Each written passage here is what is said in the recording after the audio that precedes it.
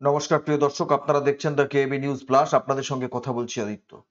যে বিষয়টা নিয়ে কথা বলতে যাচ্ছি, ইনফ্যাক্ট আমরা কথা বলবো না, আমরা আপনাদের একটা সাংবাদিক বৈঠকের একটা অংশ দেখাবো। আজকে রাত্রি 8:30 নাগাদ রাজ্যের মাননীয় মন্ত্রী ডক্টর শশী পাঁজা তিনি একটি সাংবাদিক বৈঠক করেন। তার একটা অংশ আপনাদের দেখাবো। সেখানে তিনি অভিযোগ করছেন যে আগামীকাল আপনারা জানেন উলুবেড়িয়াতে নির্বাচন রয়েছে, পঞ্চম দফার নির্বাচন। সেই উলুবেড়িয়া নির্বাচন পরিচালনার কাজে যে সমস্ত সিআইএসএফ জওয়ানরা এসেছেন, আজকে সকালে উলুবেড়িয়ার চণ্ডীপুর নামে একটা এলাকায় সকালবেলা, একটু বেশি সকালে, ভোরের দিকে, সকাল সকাল সেখানে জনৈক মহিলা তিনি প্রাতঃভ্রমণ করতে বেরিয়েছিলেন এবং ওই এলাকায় থাকা সিআইএসএফ জওয়ানদের একটা অংশ, দুজন বা কজন ছিলেন বোঝা যাচ্ছে না, তারা নাকি ওই প্রাতঃভ্রমণরতা ভদ্রমহিলাকে কুপ্রস্তাব দেন, তাকে কুকথা বলার চেষ্টা করেন এবং স্বভাবতই সেই মহিলা সেই প্রস্তাব প্রত্যাখ্যান করেন। তখন নাকি ওই জওয়ানদের একজন ওই মহিলাকে স্পর্শ করার চেষ্টা করেন। বিভিন্ন সংবাদ মাধ্যমে যা রিপোর্টে আমরা জানতে পারছি এবং যে অভিযোগ করছেন ডক্টর শশী পাঁজা, আমরা কিচ্ছু বলছি না, অভিযোগ করেন এবং মহিলা চেঁচামেচি করেন এবং তার ফলে একজন জওয়ান পালিয়ে যান। আরেকজনকে নাকি ওই এলাকার স্থানীয় লোকজন হাতে নাতে ধরে ফেলেন এবং পরবর্তীকালে তাকে থানায় নিয়ে যাওয়া হয়। মহিলা অভিযোগ করেছেন, অভিযোগও করেছেন ওখানকার প্রার্থী তৃণমূল কংগ্রেসের প্রার্থী সাজদা আহমেদ, তার যিনি ইলেকশন এজেন্ট, তিনি একটা অভিযোগ করেছেন এবং সেই অভিযোগের কপিও ডক্টর শশী পাঁজা দেখাচ্ছেন।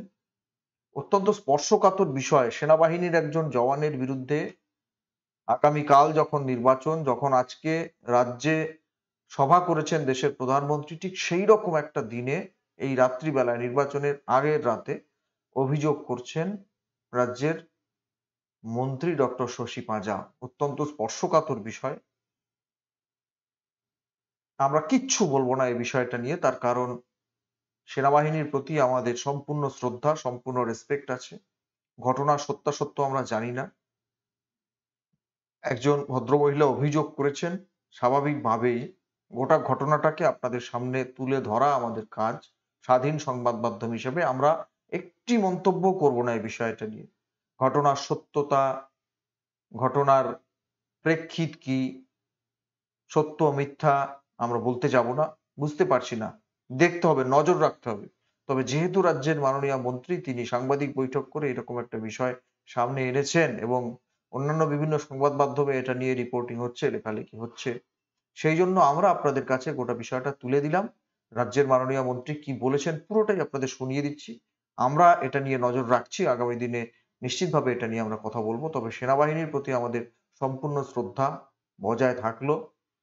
তাদের বিরুদ্ধে যদি এরকম অভিযোগ করা হয় সেটা আমরা আপনাদের জন্য পুরোটাই তুলে দিলাম, বাকিটা পরে দেখা যাবে। বিস্তারিত তথ্য তল্লাশ করে খবর নিয়ে বাকি কথা আপনাদের কাছে বলবো। আপাতত মন্ত্রী কি বলছেন, কি অভিযোগ করছেন শুনুন। সেই প্রাতঃভ্রমণের সময় এবং তারপর সে চিৎকার করে, অঞ্চলের মানুষ একটা চিৎকার সেই সময়টা শুনে তারা সকলেই তড়িঘড়ি করে আসেন এবং যারা দোষী, যারা এই সেন্ট্রাল ফোর্স, যারা নাকি রক্ষা দেবেন আমাদের, তারা রক্ষক, আজকে তারা একটি মহিলাকে এইভাবে যৌন নির্যাতন করলেন। এই ভয়ানক ঘটনাটা কবে ঘটছে উলুবেড়িয়াতে? ঘটছে আগামী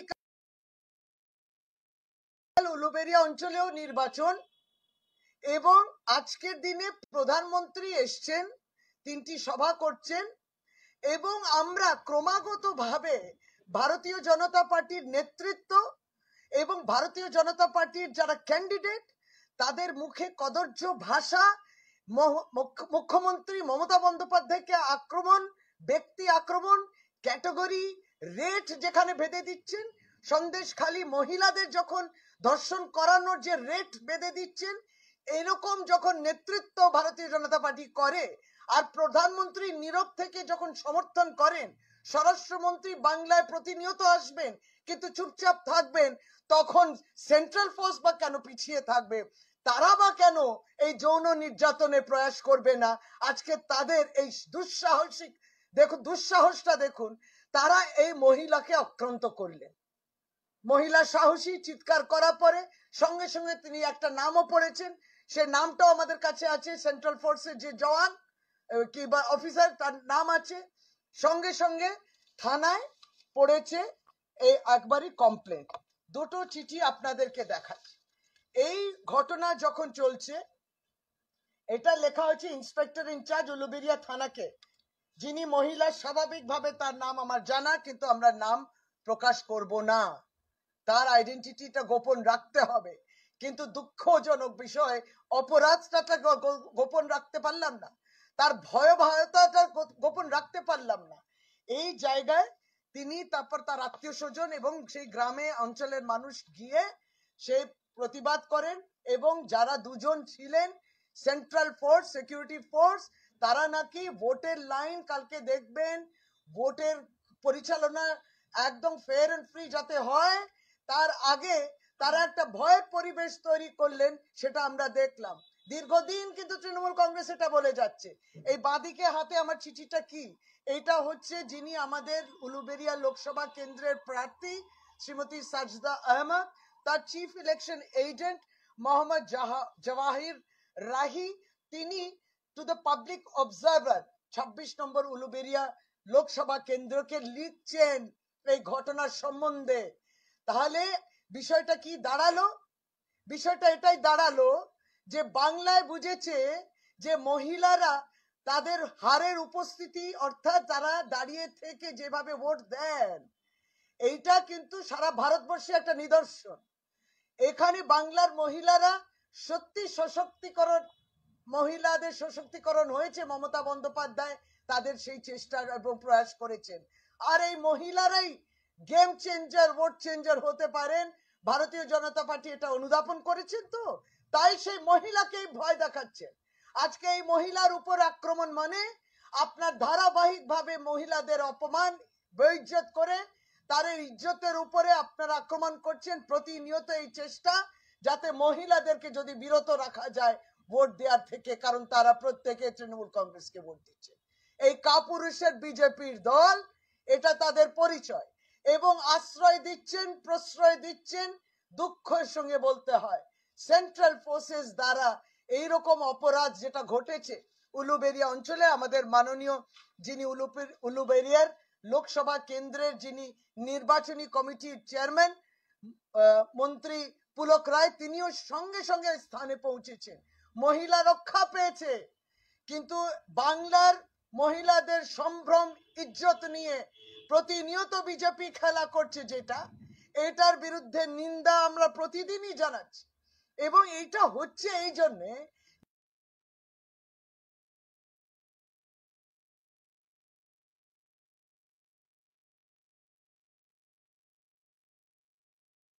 তারা মনে করছেন তাদের এটা অধিকার যে বাংলার নারীদের অপমান করা যায়, বাংলার মুখ্যমন্ত্রী মহিলাকে অপমান করা যায়, তার রেট বাঁধানো যায়, তার দর কি বাঁধানো যায়, তিনি মহিলা কি না, এই প্রশ্ন যখন যারা করতে পারেন, তাদের সাহস যোগাচ্ছেন এই ভারতীয় জনতা পার্টি। এখন সেন্ট্রাল ফোর্সকে, শীতলকুচির ঘটনা 2021-এ মনে আছে, ভোটের লাইনে দাঁড়িয়ে। আর শোনাচ্ছি না, আমি প্রথমে যেটুকু ঘটনা ঘটেছে বলে দিয়েছি, আর বলে দিয়েছি এটা নিয়ে বিস্তারিত কিছু বলবো না। তবে একটা কথা বলতেই হবে, ঘটনা যদি ঘটে সেটা নিন্দাজনক, তার তদন্ত হবে এবং আইনের পথে চলবে। কেউ আইনের ঊর্ধ্বে তো নয়, সবটাই তদন্ত সাপেক্ষ। তবে ডক্টর শশী পাঁজার বক্তব্যে ওই কোট আনকোট নির্যাতিতা ভদ্রমহিলার প্রসঙ্গে যেটুকু না কথা আছে, তার চেয়ে অনেক বেশি আক্রমণ আছে, রাজনৈতিক আক্রমণ আছে বিজেপির প্রতি, এবং বিজেপি সেন্ট্রাল বাহিনীকে দিয়ে নাকি এসব করাচ্ছে, এইরকম একটা ভয়ঙ্কর অভিযোগ করার চেষ্টা করছেন রাজ্যের মাননীয় মন্ত্রী ডক্টর শশী পাঁজা। যদি সত্যি সত্যি এরকম কোনো ঘটনা ঘটে থাকে, তাহলে ডক্টর শশী পাঁজার উচিত ছিল শুধু ওই বিষয়টা নিয়েই বেশি করে সামনে আনা, বেশি করে ওই বিষয়টাকে বলা, তার সঙ্গে বিজেপিকে জুড়ে দিয়ে তিনি যে অভিযোগের তীর বিজেপির দিকে প্রধানমন্ত্রীর দিকে, স্বরাষ্ট্রমন্ত্রীর দিকে, এ রাজ্যের বিজেপি নেতাদের দিকে ওই রেট বেঁধে দেওয়া ইত্যাদি বিষয়গুলো তোলার চেষ্টা করলেন। আমি কিছু বলতে পারবো না, কিন্তু অনেক সময় উদ্দেশ্য প্রণোদিত ভাবে ছক কষে এই ধরনের বিষয় কিন্তু ঘটানো হয়। আমি বলছি না এই ঘটনাটার ক্ষেত্রে কি হয়েছে, বলতে পারবো না, তবে ডক্টর শশী পাঁজা ধান ভানতে খানিকটা শিবের গীত করে নিলেন, তো শীতলকুচির ঘটনাও তুলছিলেন, পরে পরে তুলেছেন আরো। তার মানে নির্বাচন কালকে, আজকে ঠিক মানে আগের রাত্রিতে এইরকম একটা ভয়ঙ্কর অভিযোগ তিনি করেছেন। নির্বাচনের প্রচার সব শেষ যখন, আর এর পাল্টা উত্তর দেওয়ার কার্যত সুযোগ নেই। এখন বলতেই পারেন ঘটনাটা আজকে ঘটেছে। আমি এটাই বলতে চাইলাম যে ঘটনাটা যদি ঘটে থাকে অত্যন্ত নিন্দাজনক। রাজ্যের মাননীয় মুখ্যমন্ত্রী একজন মহিলা, যিনি অভিযোগ সাংবাদিক বৈঠকে বলছেন, ডক্টর শশী পাঁজা তিনি একজন মহিলা যিনি নির্যাতিতা হয়েছেন, যদি হয়ে থাকেন তিনি একজন মহিলা। সুতরাং তার মধ্যে বিষয়টাকে সীমাবদ্ধ রাখলে বোধহয় বাংলার মানুষের কাছে বিষয়টা আলাদাভাবে একটা গুরুত্ব পেত। কিন্তু সেন্ট্রাল বাহিনীকে কেন্দ্র করে, ওই বিজেপিকে কেন্দ্র করে, প্রধানমন্ত্রী, স্বরাষ্ট্রমন্ত্রী সবাইকে কেন্দ্র করে একটা যে রাজনৈতিক রং খানিকটা দেবার চেষ্টা করলেন, এটাই অনেকের মনে একটু প্রশ্ন তুলছে। প্রিয় দর্শক, কি বলবেন আপনারা? আমি আগেই বলেছি এটা নিয়ে বিস্তারিত আমরা কিছু বলবো না, খবর নেব নিশ্চিতভাবে, নজর রাখবো এই ঘটনার দিকে, এবং নিশ্চিতভাবে আমরা বলবো আগামীকাল ভোট, খুব শান্তিপূর্ণভাবে ভোট সেখানে মিটে যাক। নিশ্চিতভাবে এই বিষয়টা নিয়ে আমাদের নজর থাকবে। আপনারা দেখতে থাকুন দ্য কেএবি নিউজ প্লাস। ধন্যবাদ।